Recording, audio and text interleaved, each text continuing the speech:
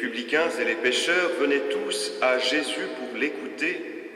Les pharisiens et les scribes récriminaient contre lui. « Cet homme fait bon accueil aux pécheurs et il mange avec eux. » Alors Jésus leur dit cette parabole. « Si l'un de vous a 100 brebis et en perd une, ne laisse-t-il pas les 99 autres dans le désert pour aller chercher celle qui est perdue jusqu'à ce qu'il la retrouve? Quand il l'a retrouvée, tout joyeux, il la prend sur ses épaules et de retour chez lui, il réunit ses amis et ses voisins et leur dit « Réjouissez-vous avec moi, car j'ai retrouvé ma brebis, celle qui était perdue. » Je vous le dis, c'est ainsi qu'il y aura de la joie dans le ciel pour un seul pécheur qui se convertit, plus que pour 99 justes qui n'ont pas besoin de conversion. Ou encore, si une femme a 10 pièces d'argent et en perd une, ne va-t-elle pas allumer une lampe, balayer la maison et chercher avec soin jusqu'à ce qu'elle la retrouve? Quand elle l'a enfin retrouvée, elle réunit ses amis et ses voisines et leur dit « Réjouissez-vous avec moi, car j'ai retrouvé la pièce d'argent que j'avais perdue. » De même, je vous le dis, il y a de la joie chez les anges de Dieu pour un seul pécheur qui se convertit. Jésus dit encore, un homme avait 2 fils. Le plus jeune dit à son père, « Père, donne-moi la part d'héritage qui me revient. » Et le père fit le partage de ses biens. Peu de jours après, le plus jeune rassembla tout ce qu'il avait et partit pour un pays voisin, où il gaspilla sa fortune en menant une vie de désordre. Quand il eut tout dépensé, une grande famine survint dans cette région, et il commença à se trouver dans la misère. Il alla s'embaucher chez un homme du pays qui l'envoya dans ses champs garder les porcs. Il aurait bien voulu se remplir le ventre avec les gousses que mangeaient les porcs, mais personne ne lui donnait rien. Alors il réfléchit, « Tant d'ouvriers chez mon père ont du pain en abondance, et moi, ici, je meurs de faim. Je vais donc retourner chez mon père et je lui dirai, « Père, j'ai péché contre le ciel et contre toi. Je ne mérite plus d'être appelé ton fils. Prends-moi comme l'un de tes ouvriers. » Il partit donc pour aller chez son père. Comme il était encore loin, son père l'aperçut et fut saisi de pitié. Il courut se jeter à son cou et le couvrit de baisers. Le fils lui dit, « Père, j'ai péché contre toi et contre le ciel, je ne mérite plus d'être appelé ton fils. » Mais le père dit à ses domestiques, « Vite, apportez le plus beau vêtement pour l'habiller. Mettez-lui une bague au doigt et des sandales aux pieds. Allez chercher le veau gras, tuez-le, mangeons et festoyons, car mon fils que voilà était mort et il est revenu à la vie. Il était perdu et il est retrouvé. » Et ils commencèrent la fête.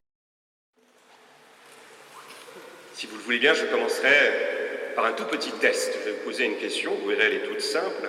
Qu'êtes-vous prêt à offrir au Seigneur? C'est presque encore la rentrée, donc souvent pendant le temps de rentrée, nous prenons des bonnes résolutions. Donc, qu'êtes-vous prêt à offrir au Seigneur? Vous pourriez peut-être me répondre de la prière. Je vais essayer de consacrer un peu plus de temps dans ma journée au Seigneur. Je me lèverai un peu plus tôt. Je vais t'offrir, Seigneur, aussi peut-être un peu de ma liberté, parce que tu le vaux bien. Alors, est-ce que dans cette dynamique de don, dans cette dynamique d'offrande, iriez-vous jusqu'à offrir vos yeux et vos oreilles au Seigneur? Alors là, je vous vois un peu surpris par ce genre de questions. Vous vous dites, mais j'ai besoin de ces yeux, j'ai besoin de ces oreilles, je n'ai pas du tout envie de les offrir au Seigneur, je suis prêt à donner plein de choses, mais quand même pas cela. Alors, si je vous pose cette question, ce n'est pas pour m'assurer du caractère raisonnable de votre piété, c'est pour pointer peut-être une erreur de raisonnement que nous faisons trop souvent quand nous pensons à Dieu. Pour nous, en effet, nous pensons peut-être inconsciemment qu'offrir quelque chose au Seigneur revient à s'en priver. On a vraiment l'impression que quand on donne quelque chose à Dieu, Dieu va se le garder pour lui, et peut-être qu'il va nous condamner à une vie pas toujours très simple, une vie peut-être parfois un peu difficile, un peu austère. En fait, cette erreur de raisonnement, elle s'explique comment? Elle s'explique tout simplement parce que peut-être nous n'avons pas encore su dépasser tout ce qui concerne un peu l'Ancien Testament. Dans l'Ancien Testament, vous le savez, quand on offrait des béliers, des boucs au Seigneur, que se passait-il? Toutes ces offrandes étaient brûlées.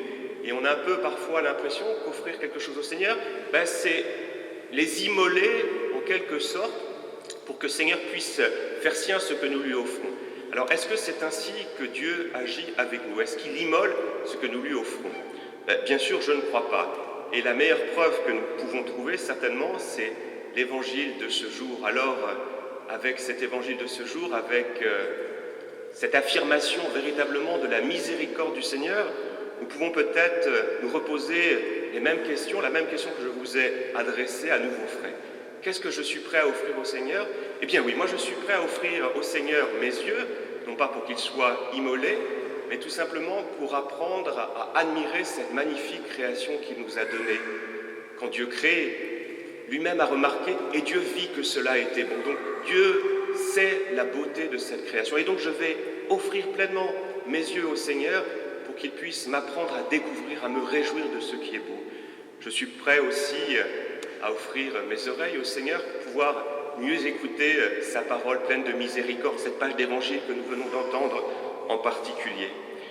Et puis dans cette dynamique d'offrande, pourquoi pas ne pas offrir au Seigneur un bon repas avec des viandes grasses, des vins capiteux, pour avoir un avant-goût de ce festin qui nous attend à la fin des temps. Relisez Isaïe 25, ou encore pour m'associer à ce festin qu'organise ce père de famille au retour de son enfant prodigue. Oui, offrir au Seigneur un bon repas, un festin, un banquet. Et pourquoi pas, après ce banquet, offrir au Seigneur une petite sieste. On est dimanche, il y a une semaine de travail derrière nous, on est fatigué, on aura mangé, on se sera réjoui avec des amis, et donc je vais lui offrir au Seigneur une petite sieste, parce que je sais que le Seigneur comble son bien-aimé quand il dort. Alors je vous vois sourire, ça me réjouit, mais ça montre quoi? Ça montre très certainement que, intuitivement, nous n'aurions pas pensé offrir cela au Seigneur. Pour nous, comme je le disais inconsciemment, le Seigneur, on doit le retrouver dans des choses beaucoup plus sérieuses, dans de longues célébrations austères, pas comme celle-là bien sûr, dans des célébrations, oui, on prie, où c'est un peu long. On rencontre aussi le Seigneur éventuellement dans des lieux de souffrance, dans un centre de cancérologie, là où on a vraiment besoin de lui, mais pas dans les lieux de réjouissance, pas dans nos lieux de vie quotidiens, c'est pas là qu'on trouve le Seigneur.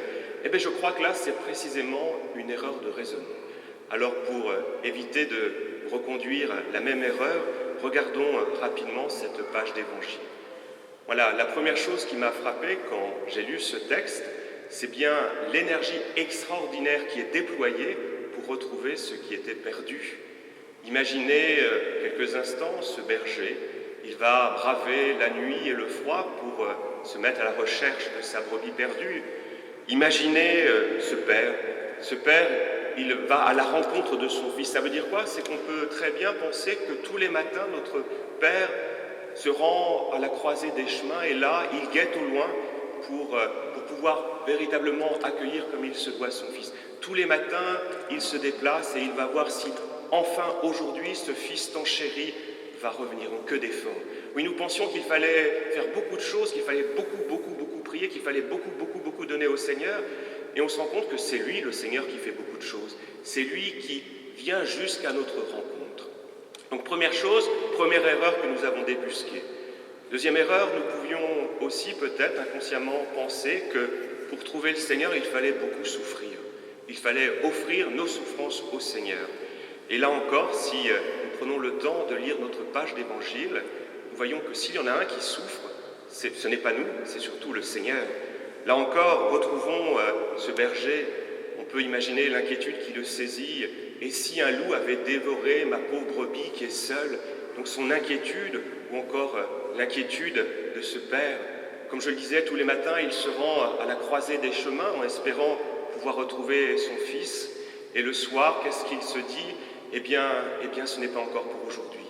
Donc moi, j'en suis sûr qu'il a dû passer des nuits entières peut-être à pleurer, à espérer en même temps, mais à pleurer. Mais que fait-il là-bas? L'inquiétude d'un père, l'inquiétude d'une mère. Il y a des parents parmi nous, et j'en suis sûr que vous comprenez très bien cette situation. Quand vous n'avez plus de nouvelles de vos enfants, c'est terrible, c'est terrible. Eh bien voilà ce que vit le Seigneur quand il nous voit nous éloigner, nous égarer.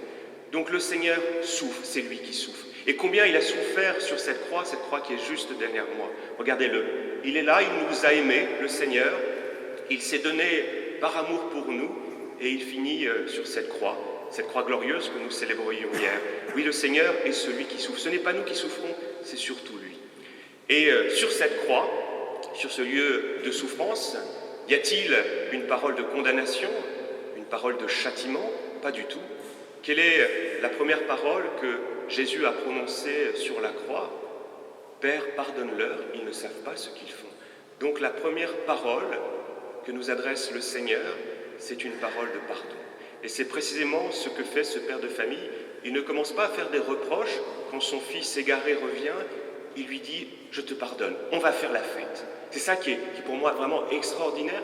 Et souvent nous nous méprenons, nous pensons, nous avons peur d'aller jusqu'à Dieu parce qu'on pense qu'il va nous réserver un sort cruel, il va nous punir, il va nous châtier. Mais pas du tout, pas du tout.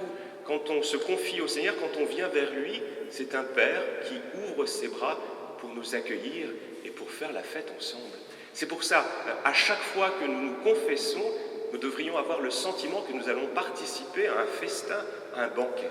En fait, cette basilique Saint-Sauveur, où il y a des confessions tous les jours, c'est un lieu de festin et de banquet. Donc moi, je vous invite à rejoindre cette basilique le plus souvent possible pour vous réjouir avec le Seigneur. Il n'y a pas de parole de condamnation, il y a cette invitation à faire la fête, à se réjouir. Alors pour conclure, maintenant que nous savons qui est le Seigneur, je pense qu'il nous faut faire un dernier effort, c'est se dire que le Seigneur veut nous rencontrer, veut nous retrouver tels que nous sommes. Et c'est peut-être ça qui est difficile. C'est l'histoire donc d'un roi qui est décédé, c'est son frère qui prend la succession. Autant le frère aîné était un frère difficile, un frère despote, autant le jeune frère qui prend le pouvoir est un frère plein de douceur, plein de sagesse. Alors ce nouveau roi a un désir, c'est qu'il voudrait demander pardon à son peuple, une sorte de démarche de repentance pour tous les excès commis par son frère. Alors que fait-il? Il se dit, moi j'aimerais bien pouvoir demander pardon à chaque citoyen ou à chaque membre de mon royaume, mais je sais que ce n'est pas possible, alors je vais demander à mes conseillers une chose. Je vais leur demander, trouvez-moi la personne la plus misérable, la plus pauvre de ce royaume, et moi j'irai la visiter et je lui demanderai pardon. Donc les conseillers se mettent à rechercher qui est la personne la plus pauvre, la plus misérable du royaume, et il s'avère que c'est une pauvre veuve qui vit dans un village reculé. On vient annoncer à cette femme la nouvelle extraordinaire, le roi, notre nouveau suzerain, va venir chez vous, dans ce petit village. Il va traverser le royaume pour tout simplement vous rencontrer et vous demander pardon pour les excès, pour la misère dans laquelle vous vous trouvez. Il va vous demander pardon. Alors la femme est véritablement émue aux larmes, elle pleure, elle se dit « Oh, extraordinaire, je vais avoir la visite de mon roi ». Et puis quand elle relève la tête, elle regarde à droite et à gauche, et elle voit sa modeste maison. Et là, elle a un peu honte, elle se dit « Non, c'est pas possible, je ne peux pas accueillir le roi dans un lieu aussi simple, aussi modeste, aussi sale ». Alors elle se met à tout nettoyer, et puis les habitants du village ont aussi entendu la nouvelle, et ils se disent « Mais si le roi vient chez nous, que va-t-il penser de nous s'il voit une maison aussi misérable, s'il voit une ville, un village aussi pauvre ?» Alors tout le monde se cotise, tout le monde se met au travail pour transformer cette maison. On va voir les conseillers, on leur dit, voilà, nous sommes heureux d'accueillir le roi, mais voilà, nous avons besoin d'un peu de délai, un peu de temps. Donc revenez, dites-lui de venir nous rencontrer d'ici 3, 4 mois, 5 mois, 6 mois, pour que nous puissions l'accueillir comme il se doit.